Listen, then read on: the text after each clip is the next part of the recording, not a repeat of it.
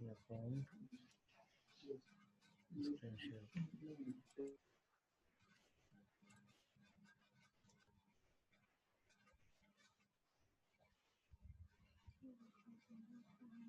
জাতীয় বিশ্ববিদ্যালয়ের অনলাইন ক্লাসে সবাইকে স্বাগত জানাচ্ছি।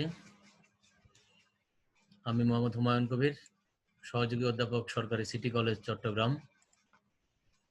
সুপ্রিয় শিক্ষার্থীবৃন্দ এবং যারা শুনছেন, আপনাদের সবাইকে আন্তরিক শুভেচ্ছা জানাচ্ছি, কারণ আমরা একটি বিশেষ আতঙ্কগ্রস্ত একটি সময়ের মধ্যে বিশ্ববাসীর সাথে আমরাও কাটাচ্ছি।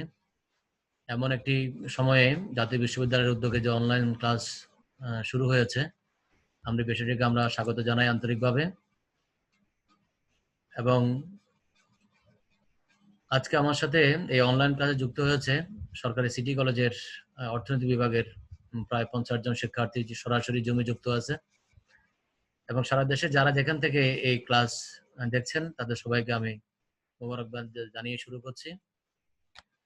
আমার নির্ধারিত বিষয় হলো অর্থনীতি চতুর্থ বর্ষের আন্তর্জাতিক অর্থনীতি এই কোর্স, যার কোর্স কোড হলো 242203।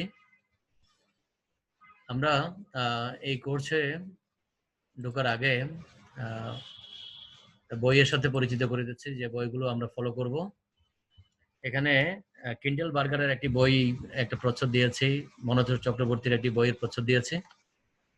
তারপর সুপ্রিয় শিক্ষার্থীদের জন্য জাতীয় বিশ্ববিদ্যালয় চতুর্থ বর্ষের যে সিলেবাসটি, সেই সিলেবাসটি দেয়া আছে, যদি কারো দরকার হয় সিলেবাসটা ফলো করতে পারবে। আমরা আন্তর্জাতিক অর্থনীতির যে প্রথম অধ্যায়ের বিষয়টি হলো theory of terms of trade, বাণিজ্য শর্ত বা বাণিজ্য হার। এটি হলো প্রথম অধ্যায়ের বিষয়, এবং এই অধ্যায়ের মূল ফোকাস পয়েন্টগুলো হলো definition and classification of terms of trade in Bangladesh, optimum terms of trade, এবং terms of trade and economic welfare.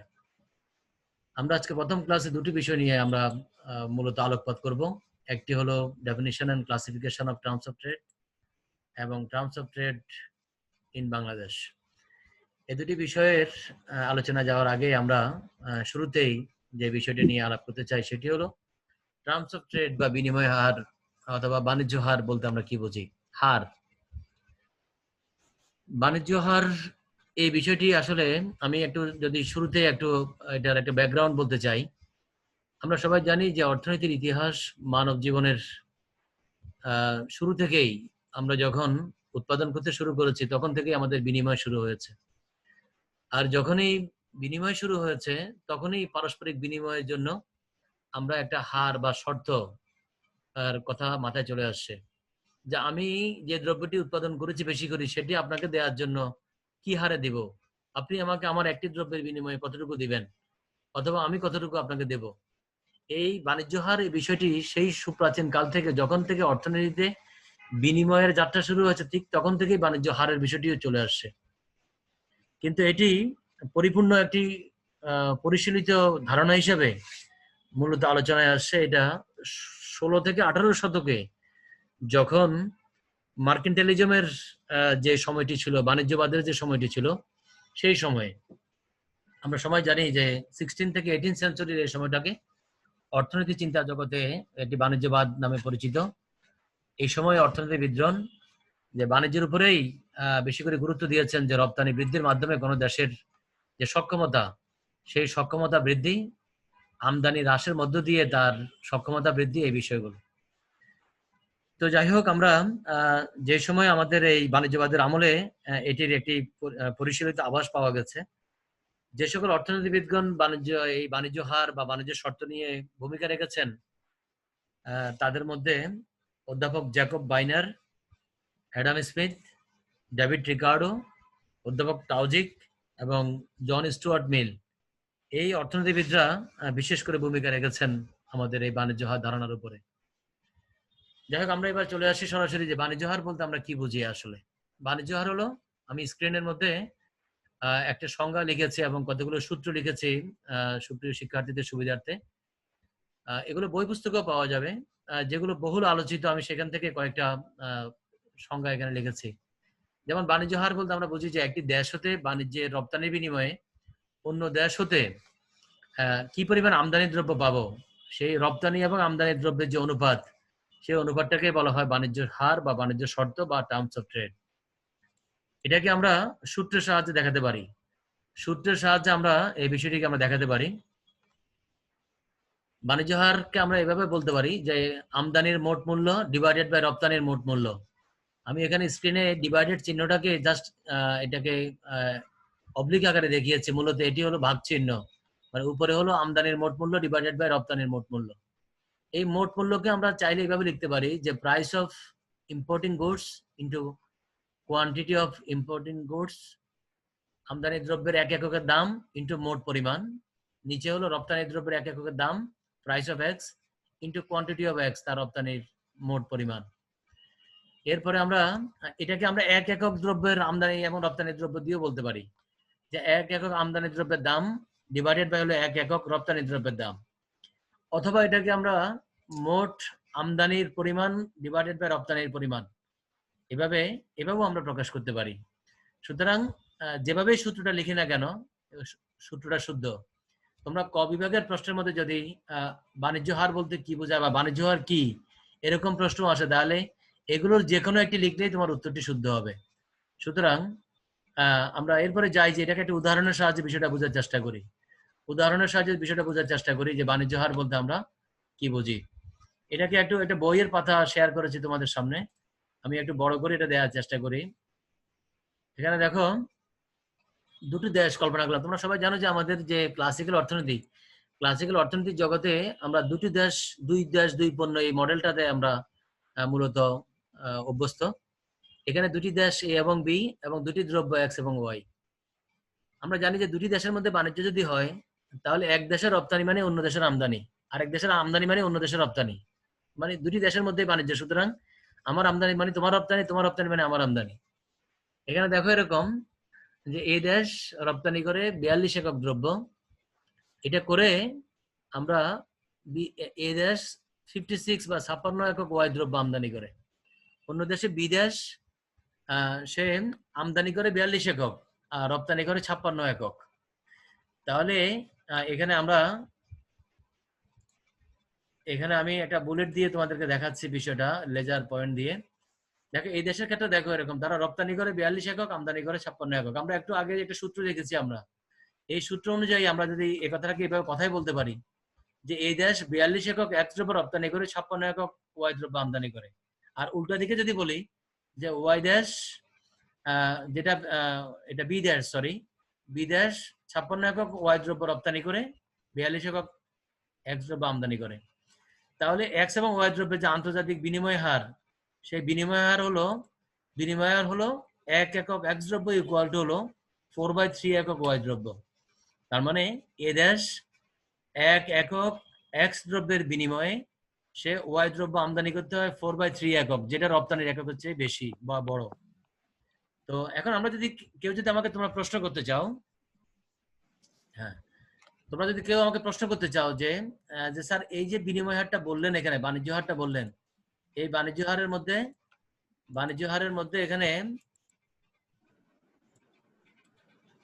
এ এবং বি দেশের মধ্যে কার পক্ষে এবং কার বিপক্ষে, মানে 1 একক এক্স ইকুয়াল টু হলো 4/3 একক ওয়াই দ্রব্য, তাহলে এটা কি এর জন্য বেশি ভালো না খারাপ? বিষয়টা হলো এরকম, দেখো এখানে তারা রপ্তানি করে কম, আমদানি করে বেশি। অর্থাৎ 1 একক এক্স দ্রব্য রপ্তানি করে তাকে আমদানি করতে হয় 4/3 একক ওয়াই দ্রব্য। সুতরাং তার রপ্তানি কম মানে তার বাণিজ্য শর্ত তার বিপক্ষে। আর বিদেশের ক্ষেত্রে রপ্তানি করে বেশি, আমদানি করে কম, সুতরাং বিদেশের যে বাণিজ্য শর্ত সেটা তার পক্ষে। সুতরাং আমরা পক্ষে বিপক্ষে বুঝবো এরকম, যার আমার আমদানির মোট মূল্য এবং রপ্তানির মোট মূল্যের মধ্যে কোনটি বেশি। যদি আমার বেশি যায় আমদানির মধ্যে দিয়ে, তাহলে আমি প্রতিকূল অবস্থায়, আর যদি রপ্তানির মধ্যে দিয়ে বেশি আসে তাহলে আমি অনুকূল অবস্থায়। কোনো দেশের ক্ষেত্রে আমরা বিষয়টিকে এভাবে চিন্তা করব। এরপরে আসো আমরা বাণিজ্য হার কিভাবে পরিমাপ করব। আমরা আগে যেটা বলেছি সেটা বাণিজ্য হারের সূত্র। পরিমাপ যেটা করব সেটা হলো এরকম, দেখো পরিমাপের যে সূত্রটা সেটা হলো, বাণিজ্য হার পরিমাপ করতে গেলে আমাদেরকে বাণিজ্য হার সূচক নির্ণয় করতে হবে। আর বাণিজ্য হার সূচকের যে সূত্রটা সেটা হলো রপ্তানির মূল্য সূচক ডিভাইডেড বাই আমদানির মূল্য সূচক গুণ 100। অর্থাৎ তোমরা সূচক সংখ্যা অনার্স ফার্স্ট ইয়ার থেকে পড়েছ পরিসংখ্যানে। সূচক হলো কোনো একটি বিত্তীয় বছরের সাথে চলতি বছরের যে দামের অনুপাত সেইটি, অর্থাৎ বিত্তীয় বছরের দামের সমষ্টি আর উপরে হলো চলতি বছরের দামের সমষ্টি গুণ 100। সেখানে এরকম রপ্তানির মূল্য সূচক বের করতে হবে, আমদানির মূল্য সূচক বের করতে হবে। সেই দুটির অনুপাতকে শতকরায় প্রকাশ করলে আমরা পেয়ে যাব বাণিজ্য হার সূচক, টার্মস অফ ট্রেড ইন্ডেক্স।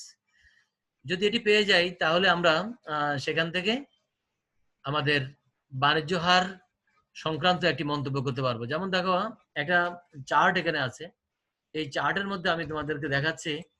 এই চার্টের মধ্যে 3 বছরের তথ্য দেওয়া আছে কোনো একটি দেশের, ধরো বাংলাদেশ মনে করো। এখানে রপ্তানির মূল্য সূচক দেওয়া আছে 100 প্রথম বছর, তারপর 132, 108।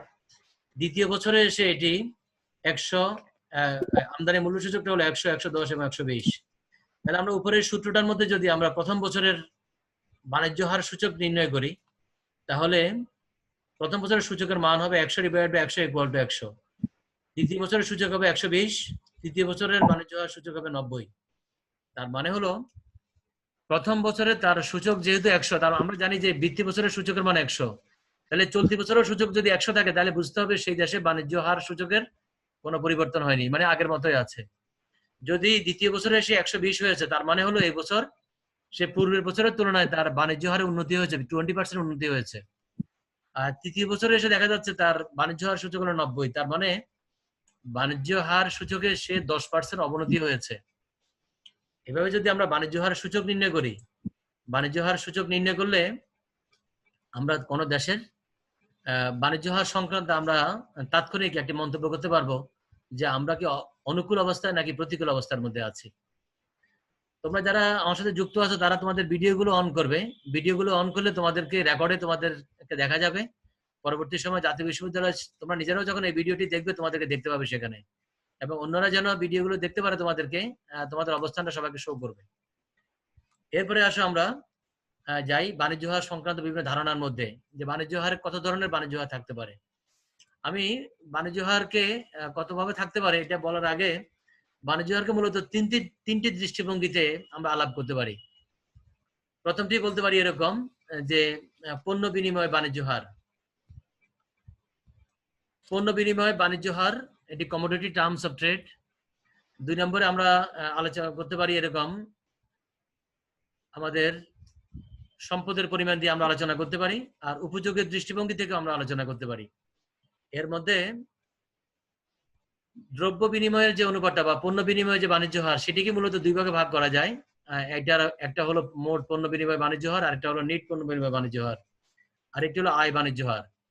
এই তিনটি মূলত আমাদের বাণিজ্য হারের জগতে অত্যন্ত গুরুত্বপূর্ণ ধারণা।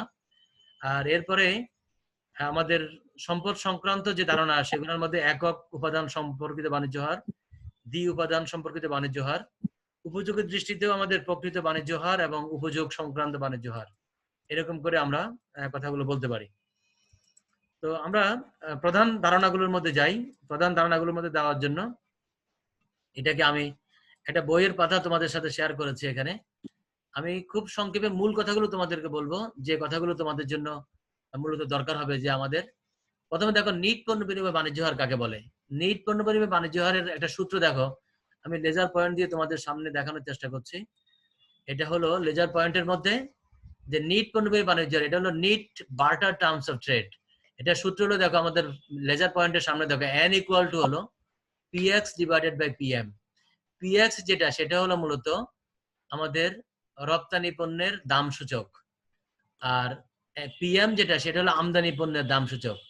তাহলে আমদানি এবং রপ্তানি পণ্যের যে দাম সূচক, সেটার যে অনুপাত, সেটা হলো আমাদের নিট পণ্য বিনিময় বাণিজ্য হার। এরপরে দেখো আমাদের এরপর হলো মোট পণ্য বিনিময় বাণিজ্য হার, সেটা হলো দেখো G, gross barter terms of trade. এটা হলো এরকম, জি ইকুয়াল টু হলো কিউএম ডিভাইডেড বাই কিউএক্স।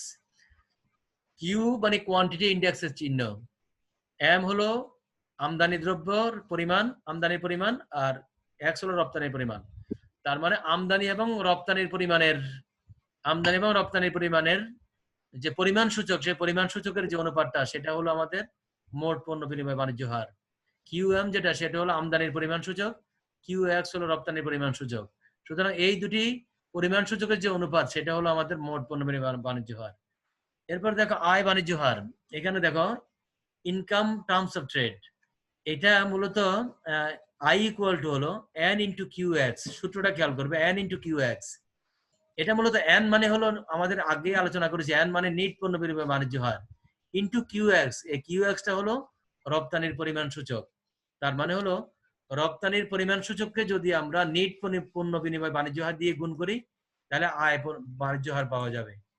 এরপরে আমরা দেখো পরের যে পেজটা, সেই পেজের মধ্যে আমি তোমাদের জন্য একটা পাতার মধ্যে যেখানে এগুলো বিস্তারিত পাওয়া যাবে, তোমরা যে কোনো পাঠ্য বই দেখলে সেই বিষয়গুলো তোমরা জানবে। আমি জাস্ট তোমাদেরকে দেখানোর জন্য এগুলো, যেমন একক উপাদানের বাণিজ্য হার, একক উপাদানের, এটা হলো single factor terms of trade. Single factor terms of trade, এটা সূত্র হলো দেখো এস ইকুয়াল টু হলো এন ইন্টু জেড এক্স।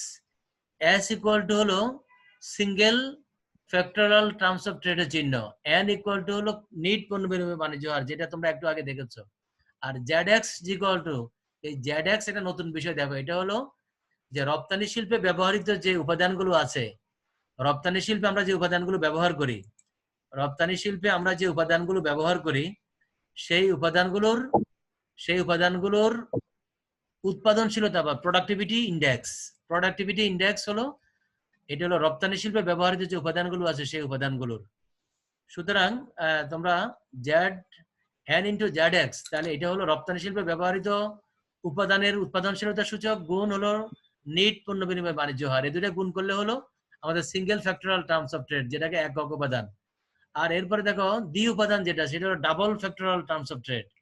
এটা হলো ডি সমান সমান হলো N into Z X divided by Z M. তাহলে জেড এক্স এর পরিচয় তোমরা একটু আগে পাইলে, এন আগে থেকে জানো, ডি মানে হলো ডাবল ফ্যাক্টরাল টার্মস অফ ট্রেডের চিহ্ন, আর এই জেড এম যেটা, সেটা হলো আমাদের আমদানি শিল্পের যে উপাদানগুলো ব্যবহৃত হয় সেই উপাদানের প্রোডাক্টিভিটি ইন্ডেক্স। আর এরপরে আসো আমাদের উপযোগের দৃষ্টিতে, একটা হলো প্রকৃত বাণিজ্য হার, real cost terms of trade, আর একটা হলো উপযোগ বাণিজ্য হার বা ইউটিলিটি টার্মস অফ ট্রেড। তাহলে দেখো খেয়াল করে, আমাদের এখানে এই বিষয়গুলো একটু লেস ইম্পর্টেন্ট, সেই জন্য আমি সময়ের কারণে এগুলো একটু স্কিপ করে যাচ্ছি। এগুলো তোমরা বই থেকে দেখে নেওয়ার চেষ্টা করবে। আমরা এই বিভিন্ন ধরনের বাণিজ্য হারের মধ্যে তোমাদের মোট পণ্য বিনিময়, নিট পণ্য বিনিময়, আয় বাণিজ্য হার, তারপরে একক উপাদানের বাণিজ্য হার, দ্বি উপাদানের বাণিজ্য হার, প্রকৃত বাণিজ্য হার, উপযোগের বাণিজ্য হার, এই বিষয়গুলো তোমরা জানার চেষ্টা করবে বই পড়ে। এর মধ্যে প্রধান তিনটির প্রতি খুব গুরুত্ব দিবে, এগুলোর মধ্যে পারস্পরিক পার্থক্য, এই বিষয়টি জানার চেষ্টা করবে। এখন আসো আমরা বাণিজ্য হারের অনুকূল এবং প্রতিকূল পরিবর্তনের কারণ। আমরা তোমাদেরকে শুরুতেই বলেছি যে বাণিজ্য হার অনুকূলে অথবা প্রতিকূলে। সেখানে একটা কমন বিষয় আমরা বলেছি এরকম, যে বাণিজ্য হার যদি আমরা আমদানি বেশি করি, রপ্তানি কম করি, আমদানি বেশি করা মানে হলো বাণিজ্য হার আমাদের প্রতিকূলে, আর রপ্তানি বেশি করা মানে হলো বাণিজ্য হার অনুকূলে। কিন্তু কতগুলো গ্রস বিষয়, মানে প্রধান কতগুলো ইস্যু তোমাদের সামনে বলতে পারি এরকম, যে বাণিজ্য হার কেন অনুকূলে যায় অথবা কেন প্রতিকূলে যায়। প্রধানত আমরা অনুকূলটা আমাদের প্রত্যাশিত, আমরা অনুকূলের কথাগুলো তোমাদেরকে আগে বলি। যে বাণিজ্য হার অনুকূলে যাওয়ার কারণ হলো আমদানি মূল্যের চেয়ে যদি রপ্তানি মূল্য দ্রুত বাড়ে, দুইটাই বাড়তেছে কিন্তু রপ্তানি মূল্যটা দ্রুত বাড়তেছে আমদানি মূল্যের তুলনায়, যদি এমন হয়, অথবা আমদানি মূল্যটা অপরিবর্তিত আছে কিন্তু রপ্তানি মূল্যটা বাড়তেছে, বেড়ে যাচ্ছে, এরকম যদি হয়, অথবা আমদানি মূল্য হ্রাস পাচ্ছে কিন্তু রপ্তানি মূল্য বেড়ে যাচ্ছে, এমন যদি হয়, অথবা আমদানি মূল্য হ্রাস অবস্থায় রপ্তানি মূল্য অপরিবর্তিত, মানে রপ্তানি মূল্য আগের মতোই আছে কিন্তু আমদানি মূল্যটা কমে যাচ্ছে, যদি এমন হয়, অথবা দুইটাই হ্রাস পাচ্ছে কিন্তু রপ্তানি মূল্য অপেক্ষা আমদানি মূল্য দ্রুত হ্রাস পাচ্ছে, আমদানির দামটা দ্রুত হ্রাস পাচ্ছে আর রপ্তানির মূল্যটা আস্তে আস্তে হ্রাস পাচ্ছে। যদি এই ঘটনাগুলো হয়, তাহলে কোনো দেশের বাণিজ্য হারটা সেই দেশের অনুকূলে যায়। এবার যদি উল্টাটা, তুমি যদি এই ফ্যাক্টরগুলোকে উল্টাই দাও, ভাইসি ভার্সা করো, উল্টাই দাও, তাহলে এটা হবে তোমার প্রতিকূল পরিবর্তন। যেমন তোমার যদি আমদানি মূল্যের তুলনা, যদি রপ্তানি মূল্যের তুলনায় যদি আমদানি মূল্য যদি দ্রুত বেড়ে যায়, যদি রপ্তানি মূল্য যদি অপরিবর্তিত থাকে আমদানি মূল্য যদি বেড়ে যায়, রপ্তানি মূল্য হ্রাস পেয়ে যদি আমদানি মূল্য বৃদ্ধি পায়, অথবা রপ্তানি মূল্য হ্রাসমান অবস্থায় যদি আমদানি মূল্য যদি অপরিবর্তিত থাকে, অথবা রপ্তানি মূল্য অপেক্ষা আমদানি মূল্য অপেক্ষা রপ্তানি মূল্য যদি দ্রুত হ্রাস পায়, তাহলে সেই ক্ষেত্রে কোনো দেশের বাণিজ্য হারটা যাবে প্রতিকূলে। তাহলে আমরা জানলাম যে বাণিজ্য হার অনুকূলে এবং প্রতিকূলে যাওয়ার ফ্যাক্টরগুলো কি। এরপরে আমরা একটা বিষয় তোমাদের সাথে এই প্রসঙ্গে আলাপ করতে চাই, সেটা হলো বাণিজ্য হারের বিভিন্ন রকমের যে বাণিজ্য হারগুলো বলেছি সেগুলোর কতগুলো সুবিধা, বা প্রত্যেকটি বাণিজ্য হারের কতগুলো সুবিধা আছে। আমি সময়ের জন্য এই বিষয়গুলো তোমাদের সামনে বিস্তারিত আলাপ না করে শুধু 2-3টি বিষয়ের কথা একটু তোমাদেরকে বলতে চাই, যেগুলো একটু তোমাদের জন্য গুরুত্বপূর্ণ। সেটার মধ্যে একটা হলো পণ্য বিনিময় যে বাণিজ্য হার, তার সুবিধাগুলো কি, এইটা একটু তোমাদের কি পয়েন্টগুলো একটু জানা দরকার। পণ্য বিনিময় বাণিজ্য হার, এটার সাহায্যে আমরা বাণিজ্য লাভের পরিমাণ ও বন্টন সম্পর্কে একটি ধারণা পাই, বাণিজ্যের লাভ সংক্রান্ত ধারণাটা পাই এটার সাহায্যে। আরেকটা হলো এই ধারণাটার সাহায্যে আমাদের আমাদের যে বাণিজ্যের মূল্যের প্রকৃতি কোন দিকে যাচ্ছে, বাণিজ্য মূল্যের প্রকৃতি কোন দিকে যাচ্ছে সেটা সংক্রান্ত আমাদের একটা ধারণা পাই। আর একটা হলো পণ্য বিনিময় বাণিজ্য হারের মধ্যে দেশ বিদেশের যে অর্থনৈতিক প্রবৃদ্ধি হচ্ছে, এই প্রবৃদ্ধিগুলো আমরা প্রতিফলন বুঝতে পারি আমাদের পণ্য বিনিময় বাণিজ্য হারের সাহায্যে। সুতরাং এই সুবিধাগুলো আছে এটার সাহায্যে। আর আয় বাণিজ্য হারের যে সুবিধাগুলো, সেগুলোর মধ্যে মূল কথাটা হলো এরকম যে এটার সাহায্যে আমরা আমাদের দেশের যে বাণিজ্য হারের যে আমাদের পণ্য বিনিময় বাণিজ্য হারের যে ত্রুটিগুলো, সেই ত্রুটিগুলো আমরা আয় বাণিজ্য হারের সাহায্যে সহজে ধরতে পারি। আর একটা হলো দেশের আমদানির যে ক্ষমতা কতটুকু আছে, আমাদের সক্ষমতা, আমদানির সক্ষমতা, সেটাও বুঝতে পারি আমরা এই বাণিজ্য হারের এই হার দিয়ে। আর একটা হলো রপ্তানির পরিমাণ বৃদ্ধি দ্বারা আয়ের প্রসার কিভাবে সম্ভব, রপ্তানির পরিমাণ বাড়িয়ে আমরা আয়ের প্রসার কিভাবে করতে পারি, সেটাও আমরা এই আয় বাণিজ্য হারের সাহায্যে সহজে বুঝতে পারি। আর বাকিগুলো আমি আলাপ করলাম না, সেটা একটু স্কিপ করে গেলাম, সেগুলো তোমরা একটু দেখে নিও। তবে পণ্য বিনিময় বাণিজ্য হারের সুবিধা এবং আয় বাণিজ্য হারের যে সুবিধাগুলো, সেগুলো একটু দরকার হবে, সেই জন্য তোমাদেরকে এই বিষয়গুলো সম্পর্কে একটু জানিয়ে রাখলাম। এরপরে আসো এরকম যে আমরা এই যে বিভিন্ন রকমের বাণিজ্য হার বললাম, এই বাণিজ্য হারগুলোর মধ্যে কোন বাণিজ্য হারটি অধিক গ্রহণযোগ্য, এইটা নিয়ে তোমাদের সাথে তোমরা কেউ প্রশ্ন করতে পারো যে কোনটি গ্রহণযোগ্য। কোনটি গ্রহণযোগ্য, আসলে এই কথা বলতে গেলে এটা খুব এককভাবে বলার কোনো সুযোগ নাই, কারণ প্রত্যেকটি বাণিজ্য হারেরই একটা একটি নিজস্ব ভালো মন্দ দিক আছে, সুবিধা এবং অসুবিধা আছে। এবং বিভিন্ন ধরনের অর্থনীতিবিদগণ এগুলোর এক একটি বাণিজ্য হারের সমর্থক, তারা তাদের আলোচনা সুবিধার্থে ওগুলোকে ওইভাবেই ডিফাইন করেছেন।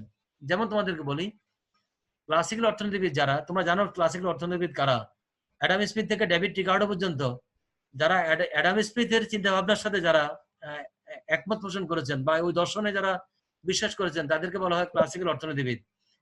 তো তারা পণ্য বিনিময় বাণিজ্য হারকে অধিক গুরুত্ব দিয়েছেন এবং তারা মনে করেছেন যে এটি অত্যন্ত সহজ হিসাবে তারা দাবি করেছেন অর্থনৈতিক কল্যাণ এবং লাভ পরিমাপ করার ক্ষেত্রে। তারপরে আমাদের যে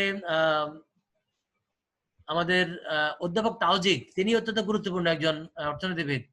তিনি প্রকৃত লাভ, আয় ও মজুরি বৃদ্ধির মাধ্যমে তিনি বাণিজ্য হারের উপর গুরুত্ব দিয়েছেন, বাণিজ্য হার সংক্রান্ত যে বাণিজ্য হারগুলো সেগুলো। জ্যাকব বাইনার অত্যন্ত গুরুত্বপূর্ণ মানুষ এই ধারণার, তিনি উপযোগ সংক্রান্ত যে বাণিজ্য হার সেটাকে গুরুত্ব দিয়েছেন। তার দৃষ্টিতে উপযোগ সংক্রান্ত বাণিজ্য হার, উপযোগ বাণিজ্য হারটা অধিক গ্রহণযোগ্য। আবার কোন কোন অর্থনীতিবিদ এক উপাদান বা দ্বি উপাদান সম্বলিত বাণিজ্য হারকে অধিক বাস্তবসম্মত মনে করেছেন। সুতরাং একটু এককভাবে কোনটি অধিক গ্রহণযোগ্য সেটি বলা মুশকিল। তবে বাংলাদেশের মতো উন্নয়নশীল দেশে, যেখানে আমাদের যে আমদানি রপ্তানি সংক্রান্ত আমাদের যে পরিসংখ্যান, সে পরিসংখ্যান অত্যন্ত দুর্বল, সেই ক্ষেত্রে আমরা ক্লাসিক্যাল অর্থনীতিবিদ যে ধারণাটা, সেই ধারণার সাথে আমরা একমত পোষণ করাটা আমাদের জন্য অধিক নিরাপদ। যে আমরা পণ্য বিনিময় বাণিজ্য হার, যেটি নিট পণ্য বিনিময় বা মোট পণ্য বিনিময় বাণিজ্য হার, সেইগুলোর সাহায্যে মূলত আমাদের অর্থনৈতিক যে কল্যাণ বা বাণিজ্যিক থেকে লাভ, সেটাকে পরিমাপ করাটা বাংলাদেশের মতো উন্নয়নশীল দেশগুলোর জন্য এটি অধিক গ্রহণযোগ্য। সুতরাং তোমরা এটাকেই মূলত তুলনামূলকভাবে গুরুত্বপূর্ণ হিসাবে আমরা এটা ধরে নিতে পারি। এরপরে আসো আমরা ভিন্ন একটি আলোচনায় যাই। এতক্ষণ ধরে আমরা যে আলোচনাটা করলাম সেটা হলো বাণিজ্য হার কাকে বলে, বাণিজ্য হার ধারণাটি কিভাবে আসলো, বাণিজ্য হারের কত ধরনের হতে পারে, বাণিজ্য হার কিভাবে পক্ষে এবং বিপক্ষে যায়, বাণিজ্য হার আমরা কিভাবে পরিমাপ করতে পারি। তোমরা মনে রাখবে এরকম এই ধারণাটি আমাদের সারা আন্তর্জাতিক অর্থনীতি জুড়ে সব জায়গাতে তোমরা পাবে। তোমরা থার্ড ইয়ারে যখন পড়েছো, তখন তোমরা আন্তর্জাতিক অর্থনীতির প্রথম পার্ট পড়েছো, সেখানেও বাণিজ্যের ট্রেড থিওরি পড়তে গিয়ে তোমরা বাণিজ্য হার নিয়ে কথা বলেছো। ফোর্থ ইয়ারে আমাদের যে যাত্রা শুরু হলো আজকে, আমরা আজকের যে অধ্যায়টা শুরু করলাম, সেখান থেকে সর্বশেষ অধ্যায় পর্যন্ত আমরা বাণিজ্য হার নিয়েই কিন্তু আলোচনা চলবে। কারণ বাণিজ্যে আমি কি লাভ করবো না লোকসান দেবো, আমার দেশকে অনুকূলে থাকবে না প্রতিকূলে থাকবে, সেটা সবসময় পরিমাপ করবো আমরা বাণিজ্য হার দিয়ে। সুতরাং বাণিজ্য হারের বিভিন্ন ধারণাগুলো আমরা তোমাদের সামনে এতক্ষণ ধরে তুলে ধরার চেষ্টা করলাম। এখন আমরা আসবো যে বাণিজ্য হারের বাংলাদেশে কি অবস্থায়, যে বাংলাদেশে কোন সিচুয়েশনে আমরা বাণিজ্য হারের মধ্যে আছি। আমি তোমাদেরকে স্ক্রিনে একটা পত্রিকা রিপোর্ট শেয়ার করেছি। এটি মূলত প্রথম আলো পত্রিকায় অনেক আগে একটা নিবন্ধ তারা লিখেছিল। সেখানে বাংলাদেশের বিভিন্ন বছরের বাণিজ্য হারের তারা যে শিরোনামটা দিয়েছে, দেখো বাণিজ্য হারের অবনতি হচ্ছে বাংলাদেশে। শিরোনাম থেকে আমরা বুঝতে পারি যে আমাদের কোন দিকে যাচ্ছি আমরা। তো এখানে তারা বিশেষ বিশেষ দ্রব্য সামগ্রী, আমাদের কাঁচা পাট, তারপরে হলো পাটজাত সামগ্রী, তৈরি পোশাক, হিমায়িত খাদ্য, নিট পোশাক, তারপরে হলো আমাদের রাসায়নিক পণ্য, প্রকৌশল এবং বিদ্যুৎ পণ্য, যেগুলো আমাদের এক্সপোর্টিং গুডস গুলো আছে, সেগুলো সম্পর্কে আমাদের, এরপরে আমদানি পণ্যের মধ্যে আমাদের অপরিশোধিত পেট্রোলিয়াম, কাঁচা তুলা, মূলধনী যন্ত্রপাতি এবং খাদ্যদ্রব্য ইত্যাদি ইত্যাদি, এবং আমাদের শিল্পজাত পণ্য যেগুলো, সেগুলোর কাঁচামাল, যন্ত্রপাতি, কলকবজা, এগুলো নিয়ে আলোচনা করতে গিয়ে তারা দেখিয়েছেন যে বছরের পর বছর বাংলাদেশে বাণিজ্য শর্ত আমাদের বিপক্ষে যাচ্ছে।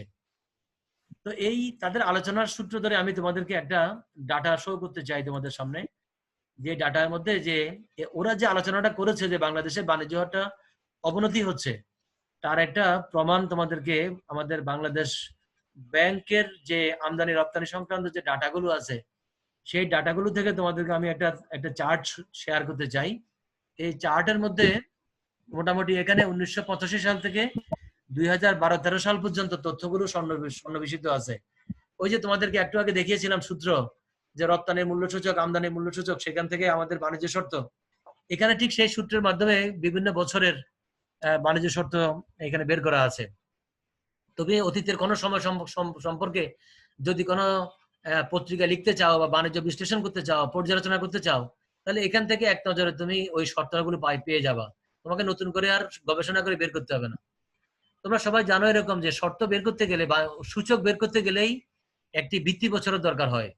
ভিত্তি বছরটা হলো মূলত নিকটতম অতীতের নিকট অতীতের একটি আদর্শ সময়, যেই সময়ে প্রাকৃতিক এবং কৃত্রিম কোনো দুর্যোগ সংঘটিত হয় না, যেই সময়ে কোনো রকমের বিপর্যয় হয় না অর্থনীতিতে, স্বাভাবিক প্রক্রিয়ায় অর্থনীতির চলে, এক্সটার্নাল এবং ইন্টারনাল কোনো রকমের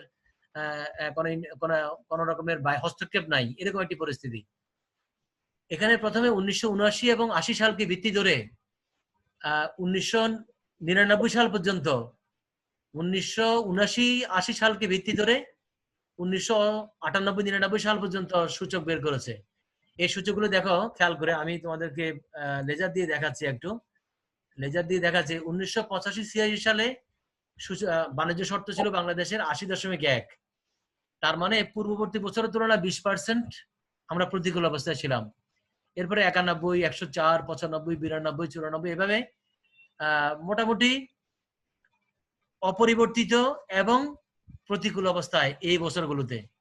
এরপরে দেখো আমাদের ভিত্তি বছর আবার চেঞ্জ হয়েছে। তোমরা জানো যে এরকম একটা নির্দিষ্ট ভিত্তি বছর দিয়ে বছরের পর বছর লম্বা সময় ধরে সূচক বের করা যায় না। 10, 12 বছর, 15 বছর পর্যন্ত আমরা একটা বছরকে আমরা বেজ করতে পারি, কিন্তু এরপরে দিলে তখন সেটা সূচকটা খুব বেশি জাস্টিফাইড হয় না, নির্ভরযোগ্য হয় না, বা এটি আদর্শ একটা বেজ হয় না, কারণ তুলনা যার সাথে করবো সেটা তো আদর্শ হইতে হবে। এরপরে আমরা ভিত্তি বছর চেঞ্জ হলো 1995-96 সালকে ভিত্তি ধরে 1999 সাল থেকে 2012-13 সাল পর্যন্ত যে সূচকগুলো আছে, শর্তগুলো আছে, সেখানে দেখো আনফরচুনেটলি এই সময়ে আমাদের এখানে দেশে দেখা যাচ্ছে বাণিজ্য শর্ত 88, প্রথমে 1999 সালের দেখো খেয়াল করে, 99 সালের 88.4 সামথিং, তারপরে 84, 80 থেকে শুরু করে সর্বশেষ দেখা যাচ্ছে বাণিজ্যের খুব খারাপ অবস্থা 2010 সাল থেকে 13 সালে, তখন আমাদের সূচকের পরিমাণ 70, 70, 70 ইত্যাদি। তার মানে হলো এই সময়গুলোতে আমাদের যে বাণিজ্য শর্ত, এগুলো খুব ব্যাপকভাবে আমাদের প্রতিকূলে গিয়েছে। তো এখান থেকে আমরা বুঝতে পারি যে আসলে আমাদের বাংলাদেশে আন্তর্জাতিক বাণিজ্যে আমরা স্বাধীনতার পরে প্রায় আমরা এখন 49 বছর হতে চলছে, আমরা আগামী বছর আমরা স্বাধীনতার সুবর্ণ জয়ন্তী পালন করব। কিন্তু আন্তর্জাতিক বাণিজ্যে আমরা আগের এখানে যে কথাগুলো বললাম যে 2012-13 সাল পর্যন্ত মোটামুটি আমরা খুব বেশি সুবিধাজনক অবস্থায় ছিলাম না। 14 সাল থেকে 2020 সাল পর্যন্ত এখন যে সময়গুলো, এগুলো যখন ডাটা বেরোবে, তোমরা একদম কারেন্ট ডাটাগুলো আমাদের বাংলাদেশ ব্যাংকের যে রিপোর্ট, সেই রিপোর্টের মধ্যেও পাবে। আমাদের স্ট্যাটিস্টিক্যাল ইয়ারবুক যেটা, সেখানে পাবে। আমাদের পরিসংখ্যান ব্যুরো থেকে যে বিবিএস, যে ব্যুরো অফ স্ট্যাটিস্টিক্যাল ব্যুরো যেটা বাংলাদেশের, সেটার একটা স্ট্যাটিস্টিক্যাল পকেট বুক আছে, সেখানে পাবে। আরো রিসেন্ট ডাটাগুলো সেখানেও পাওয়া যাবে। তবে সাম্প্রতিক সময়গুলোতে আমাদের বাণিজ্যের যে সূচক বা হার, সেটা আমরা তুলনামূলকভাবে আরেকটু আগানো অবস্থায় আছি। তো যাই হোক, আমরা এরপরে যে বিষয়টা আলাপ করবো সেটা হলো এরকম যে এই যে অবনতি, তোমরা আমাকে কেউ প্রশ্ন করতে পারো যে স্যার আমাদের যে এই যে বছর পর বছর ধরে আমরা অবনতির মধ্যে আছি বাণিজ্য হারে, সেটার আসলে কারণগুলো কি, মূল কারণগুলো কি? তোমাদেরকে কারণগুলো একটু আগে আমরা বলেছিলাম যে কি কারণে আমরা অনুকূলে বা প্রতিকূলে থাকি। তো তাহলে যেহেতু আমরা প্রতিকূলে আছি, আমাদের প্রতিকূলের কারণগুলো কি দেখো খেয়াল করে। এর মধ্যে প্রথমটি হলো এরকম, প্রধানগুলো, এখানে অনেকগুলো কারণ আছে এরকম প্রতিকূলে থাকার। এর মধ্যে প্রধান কারণটা বললাম এরকম, আমদানির মূল্য সূচকের দ্রুত বৃদ্ধি। আমরা যে দ্রব্যগুলো আমদানি করি সেই সূচকগুলো দ্রুত বেড়ে যাচ্ছে। রপ্তানির মূল্য সূচক, রপ্তানির যে মূল্য সূচক, রপ্তানির মূল্য সূচকের মধ্যে খেয়াল করো, রপ্তানির মূল্য সূচকের বৃদ্ধি মন্থর গতির, মানে দুইটাই বেড়েছে। আমদানিটা বেড়েছে দ্রুত গতিতে, আর রপ্তানির সূচক বেড়েছে মন্থর গতিতে। এই কারণে মূলত আমরা প্রধানত আমদানি রপ্তানি হলো আমাদের আন্তর্জাতিক বাণিজ্যের প্রধান দুটি চলক। এই দুটি চলকের মধ্যে আমাদের আমদানির সূচক বেড়েছে দ্রুত হারে, আর রপ্তানির সূচক বেড়েছে মন্থর হারে। আমাদের তোমরা সবাই জানো যে আমাদের রপ্তানি পণ্যের স্বল্পতা আছে, আমাদের ব্যাপক আমদানি, যে কারণে আমাদের আন্তর্জাতিক বাণিজ্যে আমাদের সুবিধাজনক অবস্থার মধ্যে আমরা নাই। আমাদের যে বাণিজ্য যেসব আইটেম গুলো আমরা মূলত বাণিজ্য করি, এক্সপোর্ট করি, সেখানে আমাদের ভ্যালু এডিশনটা খুব কম। যেমন ধরো আমাদের গার্মেন্টস হলো প্রধান একটি একটি রপ্তানির একটা সোর্স, কিন্তু এখানে আমাদের প্রাথমিক, মাধ্যমিক এবং চূড়ান্ত এই অবস্থাগুলোর মধ্যে প্রাথমিক এবং মাধ্যমিক অবস্থাতে আমাদের অবস্থা খুব সুবিধা না। আমরা মূলত টেইলারিং এর কাজটা করি, অর্থাৎ বিদেশি বায়ারদের কাপড়, তাদের ডিজাইন, তাদের সবকিছু আমরা শুধু, আমাদের শ্রমিক সস্তা আছে, সস্তা শ্রমিক দিয়ে আমরা শুধু তাদের ডিজাইন অনুযায়ী তৈরি করে দিই। এই টেলারিং এর কারণে আমাদের টাকার পরিমাণটা কম আসে, মানে আমরা ভ্যালু এডিশনটা কম করি। যদি আমাদের কাপড় থাকতো, সুতা থাকতো, আমাদের সমস্ত ডিজাইনার থাকতো, তাহলে আমরা টোটাল প্রক্রিয়াতে আমরা অংশগ্রহণ করতাম এবং আমাদের এই খাতে আমাদের আয়টা অনেক বেশি হতো। তার মানে আমরা যেসবগুলো এক্সপোর্ট করি সেখানে আমাদের ভ্যালু এডিশনটা অপেক্ষাকৃত কম। আর একটা হলো আমাদের অন্যতম জিনিস, পাটের বিকল্প আবিষ্কার। তোমরা সবাই জানো যে আমাদের অন্যতম একটি গুরুত্বপূর্ণ এক্সপোর্টিং গুডস হলো পাট এবং পাটজাত দ্রব্য। বর্তমান সময়, একসময় পাটকে বাংলাদেশের সোনালী আঁশ বা গোল্ডেন ফাইবার বলা হতো। বর্তমানে আমাদের দেশের পাটের যে সোনালী দিন ছিল সেটা এখন নাই। যদিও ভবিষ্যতে পাট নিয়ে আমরা নতুন করে স্বপ্ন দেখা শুরু করেছি। আমরা পাটের জীবনকাল উন্মোচন করেছি, রঙিন পাট উৎপাদন হবে। আমরা অনেক টেকসই পাট উৎপাদন করে সেখান থেকে সুতা উৎপাদন করব, এবং এবং ভবিষ্যতে তুলার বিকল্প হিসেবে পাট দিয়ে আমাদের আমাদের কাপড় চোপড় উৎপাদন করব। এইরকম একটি গবেষণার মধ্যে দিয়ে আমরা আছি। ভবিষ্যতে এটি বাস্তবায়ন হবে। আপাতত বিশ্বের মধ্যে বিভিন্ন দেশগুলোতে যখন পাটের বিকল্প সিনথেটিক দ্রব্য সামগ্রী চলে আসে, সেই ক্ষেত্রে কারণে আমাদের পাটের যে পাটজাত দ্রব্য থেকে আমরা যে রপ্তানি আয়টা পেতাম সেটি এখন আর নাই, শুধু বা কমে গেছে। সুতরাং এইটি আমাদের জন্য একটি দুর্বল অবস্থা, যে কারণে আমাদের বাণিজ্য হারটা অবনতি। তো এখন অবনতি যদি হয়, আমরা তো একটি দীর্ঘশ্বাস ফেলে শেষ করতে পারি না যে বাণিজ্য হার অবনতি অবনতি। তো এটা আমরা এখান থেকে কিভাবে বের হতে পারি, বের হওয়ার কি রাস্তা আছে? তোমরা যদি কেউ প্রশ্ন করো তাহলে এটার উত্তরটা এভাবে আমরা বলতে পারি এরকম, যে আমাদের বাণিজ্য হারের মধ্যে উন্নত করার জন্য আমরা আন্তর্জাতিক কার্টেল তৈরি করতে পারি। কার্টেল, তোমরা কার্টেলটা তোমাদের ধারণা আছে, তোমরা যখন অলিগলি বাজার পড়েছো তখন কার্টেল নিয়ে শুনেছো যে একই রকমের দ্রব্য উৎপাদন করে আর এরকম কয়েকটি প্রতিষ্ঠান এককভাবে বাণিজ্য না করে যৌথভাবে তাদের মধ্যে যে একটা সংগঠন তৈরি করে তাকে কার্টেল বলা হয়। তাহলে বাংলাদেশের যে এরকম প্রধান যে দ্রব্যগুলো আছে, পাটজাত দ্রব্য, চা, চামড়া বা তৈরি পোশাক, এই রকমের দ্রব্য উৎপাদনকারী যে দেশগুলো আছে তাদের সাথে যদি আমরা একটা কার্টেলে যেতে পারি, যে আমরা এককভাবে বাণিজ্য না করে যৌথভাবে আমরা বার্গেনিং করে আমাদের দ্রব্যের দামটা বাড়াবো, তাহলে হয়তো আমরা কিছুটা সুবিধাজনক অবস্থায় থাকতে পারবো। এরপরে আন্তর্জাতিক পণ্য চুক্তি, কমোডিটি একটা একটা যদি আমরা চুক্তি করি, কারা, যে যারা যারা আমরা গরিব দেশগুলো উৎপাদন করি একই রকমের পণ্য, তারা যদি একটা চুক্তি করি, কার্টেল করতে না পারলাম কিন্তু একটা চুক্তি যদি অ্যাটলিস্ট করতে পারি যে আমরা এই দ্রব্যগুলো এই দামের চেয়ে কম দামে বিক্রি করবো না, তোমরা যেখানে তোমরা এক্সপোর্ট করো না কেন, কিন্তু এগুলোর দামটা আর একটু সুবিধাজনক অবস্থা থাকবে, কম দামে রপ্তানি করার দরকার নাই। এরকম যদি একটা চুক্তি করে আমরা পারস্পরিক বিশ্বাস রাখতে পারি তাহলেও আমরা কিছু সুবিধাজনক অবস্থায় থাকতে পারি। এরপরে হলো যদি আমরা শুল্ক এবং কোটা প্রয়োগ করি তাহলে কিছুটা উপকার পেতে পারি, তবে সেটা একটা রিস্কি, কারণ যে সকল দেশের বিরুদ্ধে আমরা শুল্ক এবং কোটা প্রয়োগ করব সেই সকল দেশ যদি উল্টো আমাদের বিরুদ্ধে যদি পাল্টা শুল্ক আরোপ করে, যেমন চায়না এবং আমেরিকার মতো, তাহলে সেটা খুব একটা সুফল হবে না। তারপরে জাতিসংঘের তত্ত্বাবধানে যদি আমরা গোষ্ঠীগত মজুদ, যেমন জাতিসংঘ যদি নিজে সরাসরি তত্ত্বাবধান করে আমাদের সকল গরিব দেশগুলো একই রকম দ্রব্য উৎপাদন করে, এদের সবাই সাহায্যে যদি একটা পণ্যের ভান্ডার তৈরি করে, মজুদ ভান্ডার, এবং তাদের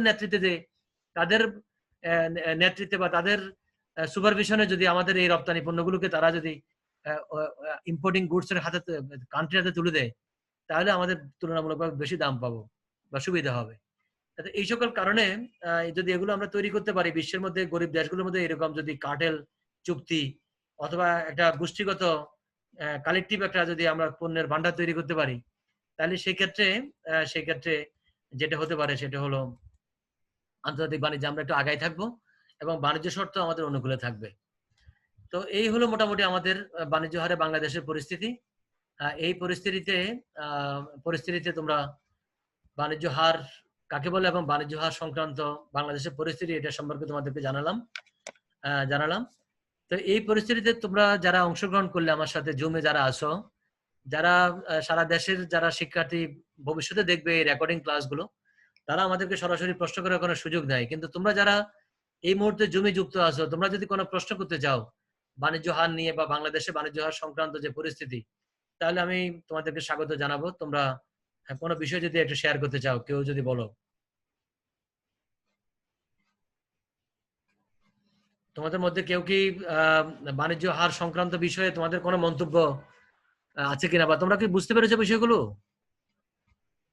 জি স্যার, বুঝতে পেরেছি। অনেক ধন্যবাদ। তোমরা যারা আছো, সাইফুল আজম, জান্নাতুল ইতি, ফেরদৌস, তারপর দেখতে পাচ্ছি আমি তোমাদের তনিন্দ্রাদের তৃষাকে দেখতে পাচ্ছি, সামিয়া তাহমিনকে দেখতে পাচ্ছি, অদিতি চৌধুরী, জান্নাতুল, জিন্নাত কাউসার। ফরিদার ভিডিওটা অন করো। ফরিদা যা আসো ক্লাসে, তোমার ভিডিওটা আছে, তোমার ভিডিওটা মিউট করে ভিডিওটা চালু করো।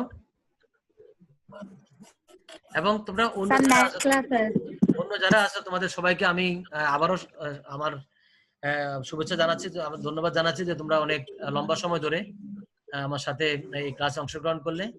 আমার ধারণা যে তোমরা এই সহজ বিষয়গুলো সবাই ধরতে পেরেছো। আমরা আগামী ক্লাসে আমরা গুরুত্বপূর্ণ বিষয় আলোচনা করব। দ্বিতীয় ক্লাসে সেটি অপটিমাম টার্মস অফ ট্রেড নিয়ে আলোচনা করব, অপটিমাম টার্মস অফ ট্রেড এবং terms of trade and economic welfare, এই দুটি বিষয় নিয়ে আগামী ক্লাসে আলাপ করব। এবং এই বিষয়গুলো যেগুলো পড়িয়েছি সেগুলো যেখানে পাবো আমরা, সেটা আমরা গ্রুপের একটি বইয়ের কথা তোমাদেরকে বলতে পারি, শর্টস্ট্যান্ডের বইয়ের কথা বলতে পারি, তারপরে তোমাদেরকে কিন্ডেল বার্গারের কথা বলতে পারি, বাংলা বইয়ের মধ্যে প্রফেসর মনোজ চক্রবর্তীর দ্বিতীয় এডিশন, যেটি দ্বিতীয় সেটা বলতে পারি, সেটা খুব ভালো। একরামুল হকের বই আছে ইন্টারন্যাশনাল ইকোনমিক সেকেন্ড পার্ট, সেই বইটিও বাংলা বই ভালো। তোমরা এই বইগুলোতে মোটামুটি এই কথাগুলো আলাপ করলাম সেই কথাগুলো তোমরা পাবে এবং পরবর্তী ক্লাসে তোমরা সবাই অংশগ্রহণ করবে আমার সাথে। তোমাদের সবাইকে জানাচ্ছি, ধন্যবাদ জানাচ্ছি। এবং তোমরা যে বিষয়গুলো আলাপ করবো সেগুলো তোমরা একটু পড়ে নিবে, তাহলে আলোচনাটা একটু ফলপ্রসূ হবে। তোমাদের সবাইকে ধন্যবাদ, সবাই ভালো থাকবে। আজকে এখানে আসসালামু আলাইকুম স্যার। আসসালামু আলাইকুম।